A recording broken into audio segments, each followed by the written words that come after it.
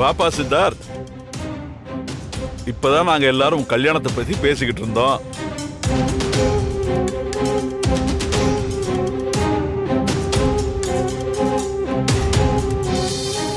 ராணி, என்னமாச்சு? ஏன் உங்க 2 பேர் முகத்திலையும் கல்யாண கலையே இல்லாம ரொம்ப சோகமா இருக்கீங்க? இல்ல தாத்தா, தாலி காணாம போனதுல இருந்து மனசுக்கு ரொம்ப கஷ்டமா இருக்கு தாத்தா. பாட்டி சொன்ன மாதிரி இந்த வீட்ல நடந்த எல்லா பிரச்சனைக்கும் அந்த தாலி என் கழுத்துல இல்லாம போனதுதான் காரணங்கிற குற்ற உணர்ச்சி என் மனசுல குத்தி நேருது தாத்தா. அம்மா ராணி, உன் மனசை கஷ்டப்படுத்தணும்னு நான் அப்படி சொல்லலம்மா. தாலியை காணுங்கிற டென்ஷன்ல அதை நீ கழுத்துல கட்டாம முந்தானியில முடிஞ்சு வச்சிருக்கேன்ற கோவத்துல தாம்மா நான் அப்படி சொன்னேன். இத பாரு, அதுக்காகலாம் நீ ஒன்னும் வருத்தப்படாத.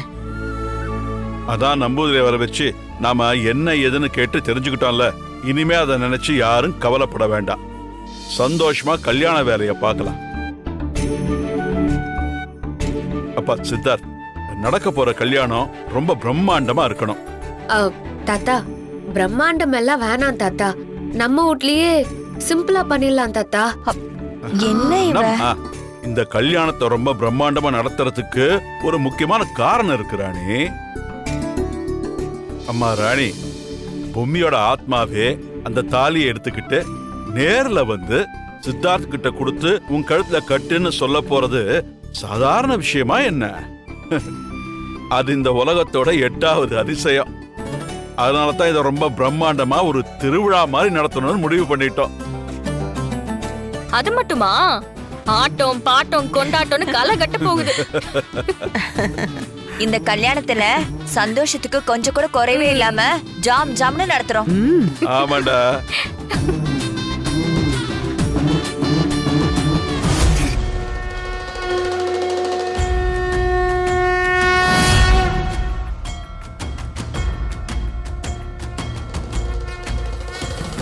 பரமசிவனே,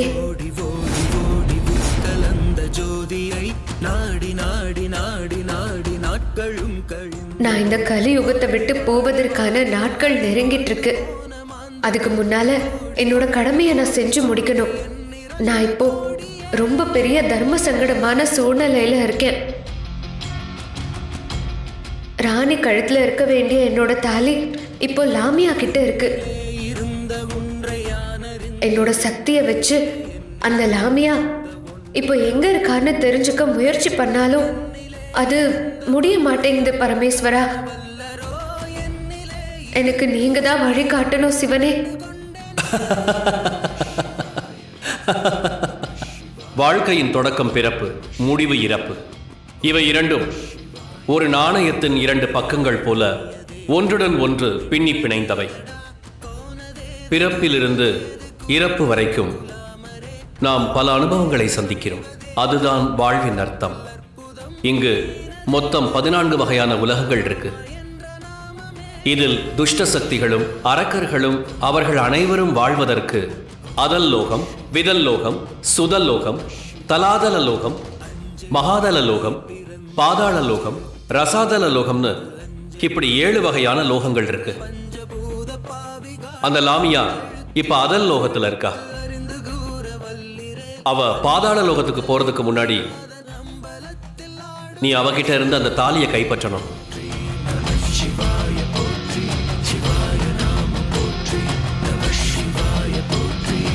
இடது கண்கள் சந்திரன், வலது கண்கள் சூரியன், இடக்கை சங்கு சக்கரம், வலக்கை சூழமான் மழு, எடுத்த பாத நீழ்மொழி என் திசைக்கும்.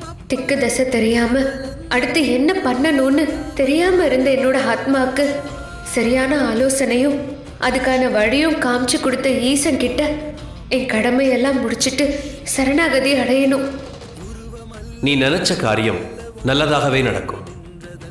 ரொம்ப நன்றி சாமி.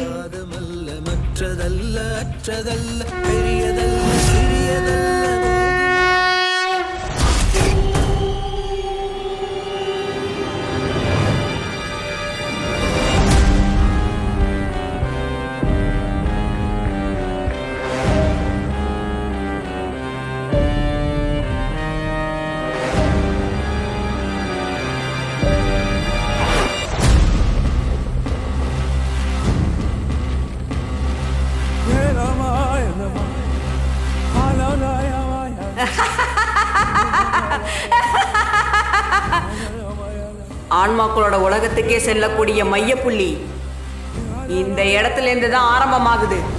இது மூலமா தான் நான் பாதாள லோகத்துக்கு போக போறேன்.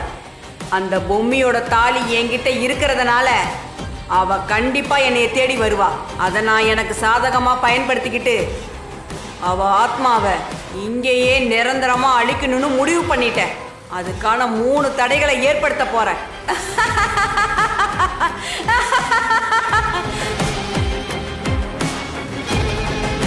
இங்க எப்படி அவளை வர வைக்கிறது? பொம்மி இங்க வந்தா நான் இந்த கிணத்துக்குள்ள தான் போயிருக்கேன்னு அவளுக்கு தெரியணும்ல. இல்லைன்னா அந்த 3 தடைக்குள்ள அந்த பொம்மி எப்படி சிக்குவா? அதுக்கு என்ன பண்ணலாம்? என்ன பண்றது?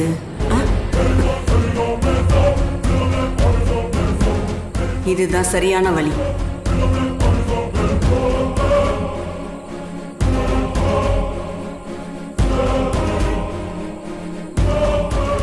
இதை இங்கே போடுவோம்.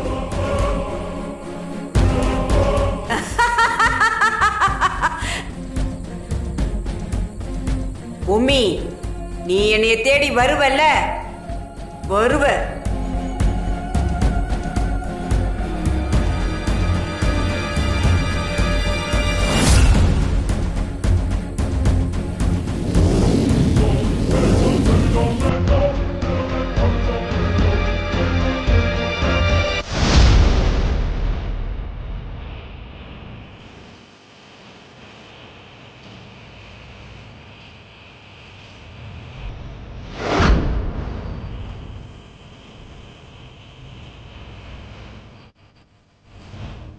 இது லாமியாவோட கழுத்துல இருக்கிற பாசிமணி மாலையாச்சு.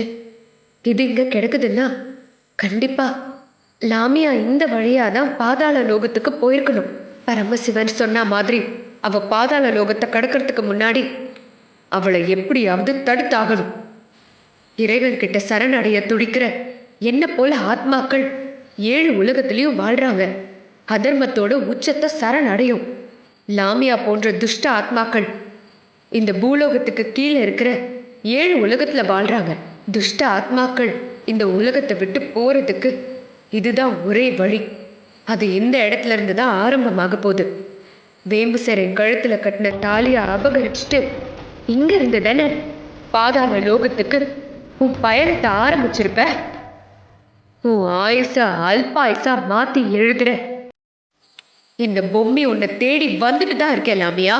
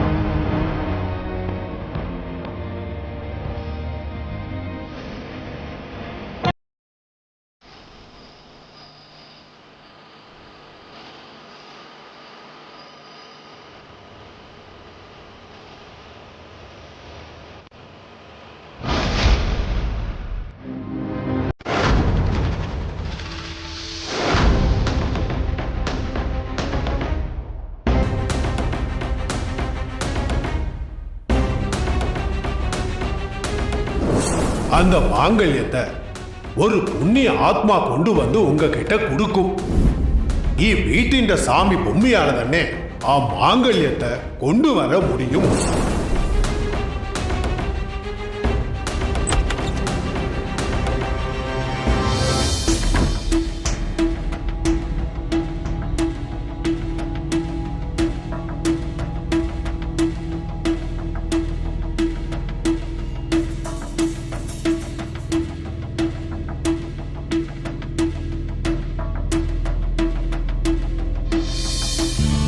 யோ தாடிகாரா,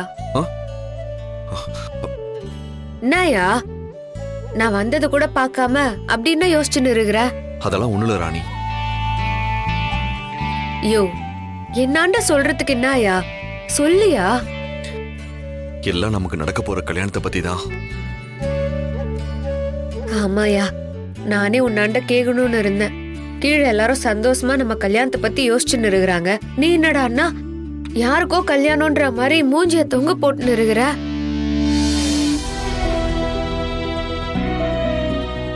ஐயோ, நிஜமாவே உனக்கு கல்யாணம் நடக்கிறதுல இஷ்டம் இல்லையா? அப்படிலாம் இல்ல ராணி. என்னை பத்தி உனக்கு நல்லாவே தெரியும் ராணி. என்னை பொறுத்த வரைக்கும் பொம்மி தான் எப்பவுமே என் மனைவின்னு நான் என் மனசார நினைச்சிட்டேன். அதுக்கப்புறம் உன் மேல அன்பு அக்கறை எல்லாமே இருந்துச்சு. ஆனா பொம்மியை வச்சு பார்த்த இடத்துல உன்னை வச்சு பார்க்க முடியாம நான் திணறினேன். ஆனா உன் கழுத்துல நான் மனசார தாலி கட்டணும்னு சொல்லும்போது குற்ற உணர்ச்சி இன்னும் அதிகமாகுது. என் பொம்மி இறந்து போயிட்டாலும் இன்னும் என் மனசுல அவ வாழ்ந்துகிட்டு தான் இருக்கா. ஏன் இந்த வீட்டுல இருக்க எல்லாரும் மனசுலயே அவ வாழ்ந்துகிட்டு தான் இருக்கா. அப்படி இருக்கும்போது உனக்கு மனசார நான் தாலி கட்டணும்னு நினைக்கும் போது அது நான் அவளுக்கு பண்ற துரோகம் மாதிரி என் மனசு உறுத்தலா இருக்கு. என் பொம்மியோட முழு சம்மதத்தோட அவ கையால தாலி எடுத்து கொடுத்து இந்த கல்யாணம் நடக்கும்னு சொன்னியே, அது நடக்குமா? ஐயோ, என்னயா நடக்குமான்னு இப்படி சாதாரணமா கேட்ட? இந்த வாழ்க்கை எனக்கு பொம்மி அக்கா போட்ட பிச்சையா? அவங்க எனக்கு கொலசாமி மாதிரி. தினமும் அவங்களதான் நான் கும்பிட்டு இருக்கிறேன். நான் உன்னாண்ட எந்த நம்பிக்கையில அப்படி ஒரு வார்த்தைய சொன்னேன்னு நினைச்சுன்னு இருக்கிற? எல்லாம் பொம்மி அக்கா மேல வச்சுக்கிற நம்பிக்கையில தான்யா. உன்னோட நம்பிக்கை நிஜமாகணும்னு நான் கடவுளை வேண்டிக்கிறேன்.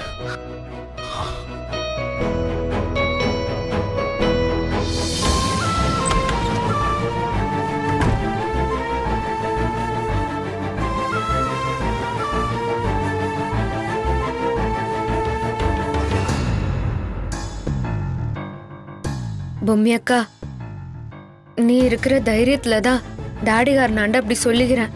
நம்பூதிரி சாமியும் நீயே என் தாலிய கண்டுபிடிச்சு கொண்டாந்துருவேன்னு சொல்லிட்டு போய்கிறாரு.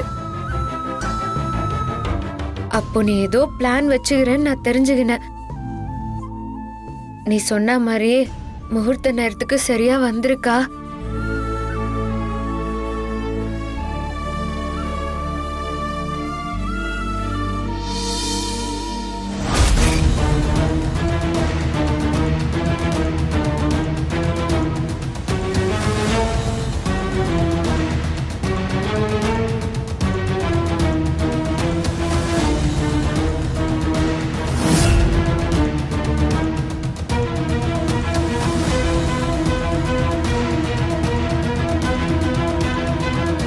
அரக்கிகளே பாருங்கள்.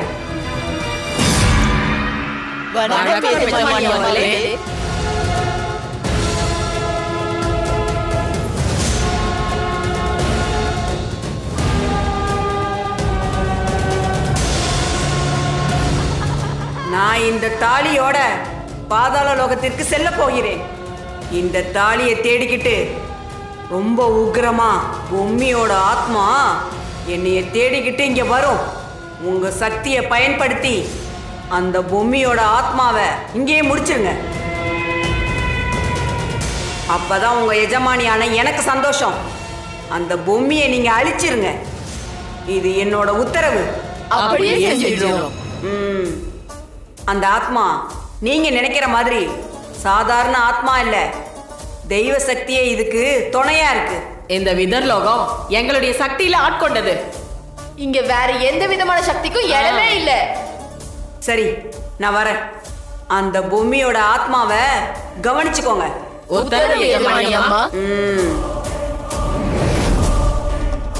எஜமானி நமக்கு கொடுத்த வேலைய செஞ்சு அவங்கள சந்தோஷப்படுத்தணும்.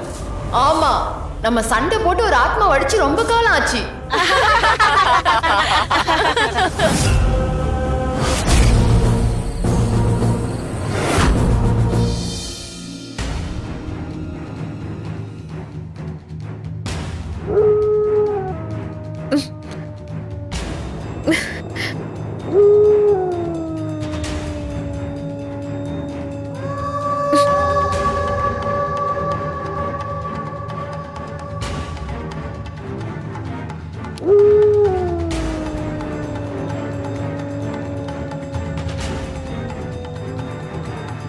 என்ன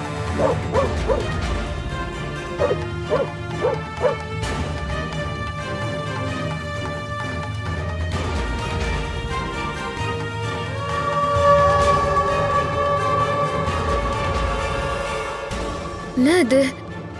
நான் இப்படி ஊழடுது ஏதோ அபசகுணமா இருக்கிற மாதிரி தோணுது.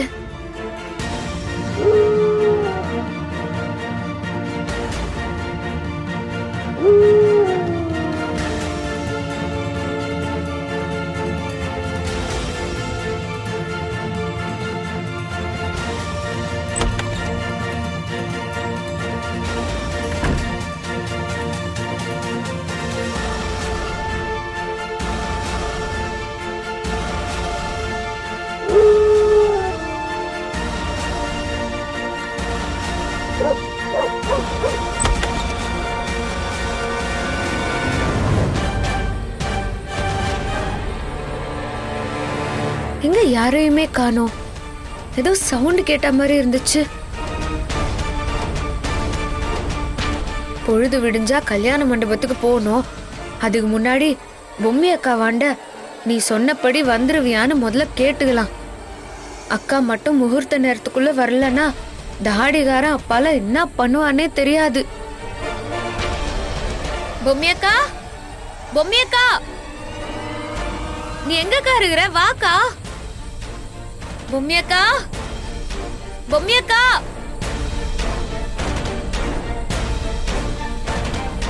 என்னாச்சு? அம்மா தடவை கூப்பிட்டும் பொம்மி அக்கா வரலையே. எப்போ நான் அன்னைக்கு சொல்ல என் கண் முன்னாடி வந்து பொம்மி அக்கா நின்றும். ஏன் இன்னும் வரல? என்னாச்சுன்னே தெரியலையே. பொம்மி அக்கா. ராணி, ராணி, இங்க வா. ஐயாவோட சத்தம் மாதிரி இருக்குது. ராணி, உன்கிட்ட நான் பேசணும். இங்க வா.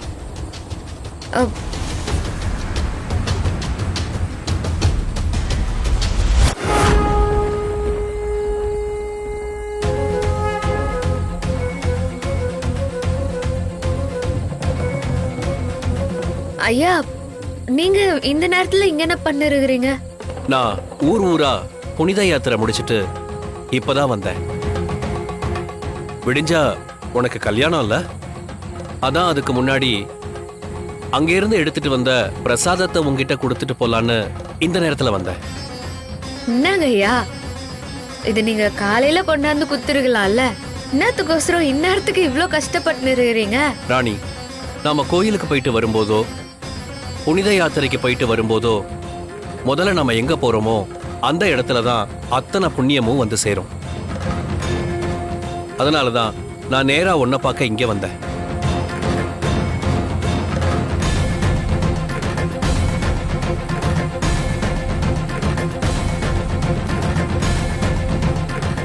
ஐயா, ஆனா நீங்க சரியான நேரத்துக்கு தான் வந்துக்கிறீங்க. என்ன ராணி? இல்லங்க ஐயா, என் மனசுக்குள்ளார இருக்கிற பாரத்தை யாராண்டியோ சொல்ல முடியாம தவிச்சு நிறுகிறேன். ஏ, என்னாச்சு? விடிஞ்சா எனக்கும் தாடிகாரனுக்கும் கல்யாண ஏற்பாடு பண்ணிக்கிறாங்கல்ல.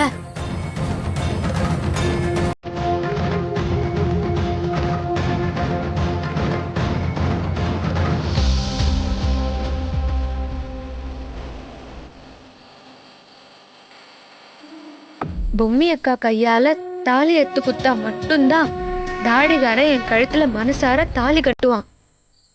நம்பூதிரி அத்தை வந்து சொன்னதுல இருந்து இந்த வீட்ல இருக்கிறவங்களும் பொம்மி அக்கா வரும்னு எதிர்பார்த்துனே இருக்கிறாங்க. பொம்மி அக்கா கொடுத்த வாக்க கண்டிப்பா காப்பாத்திரோன்னு எனக்கு நம்பிக்கை இருக்குது. இருந்தாலும் மனசுக்குள்ளார ஏதோ ஒரு பயம் இருந்துனே தான் இருக்குது சாமி.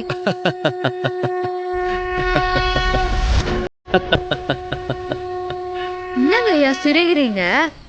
நான் எம்மா சீரியஸான விஷயத்த சொல்லின்னு இருக்கிறேன். நீங்க என்னடான்னா எதுவுமே சொல்லாம இப்படி சிரிச்சுன்னு இருந்தா என்ன அர்த்தம்? இந்த பூமியில நடக்கிறது எல்லாமே அவனோட திருவிளையாடல். நீ கவலைப்படாத ராணி.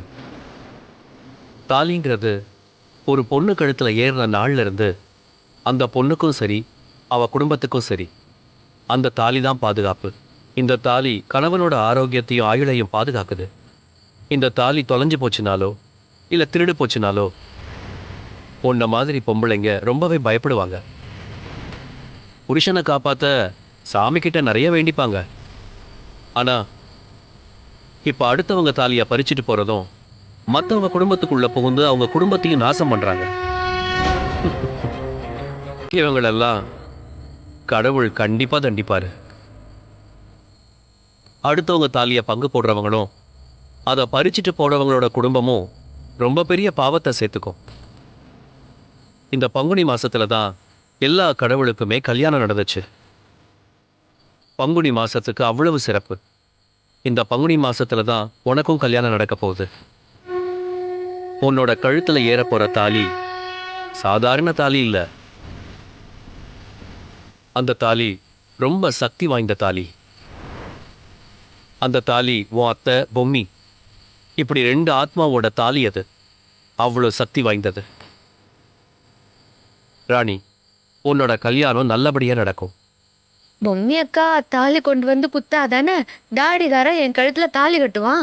பொம்மி தான் அழிஞ்சாலும் இந்த கல்யாணத்தை நல்லபடியா நடத்தி வைப்பாராணி.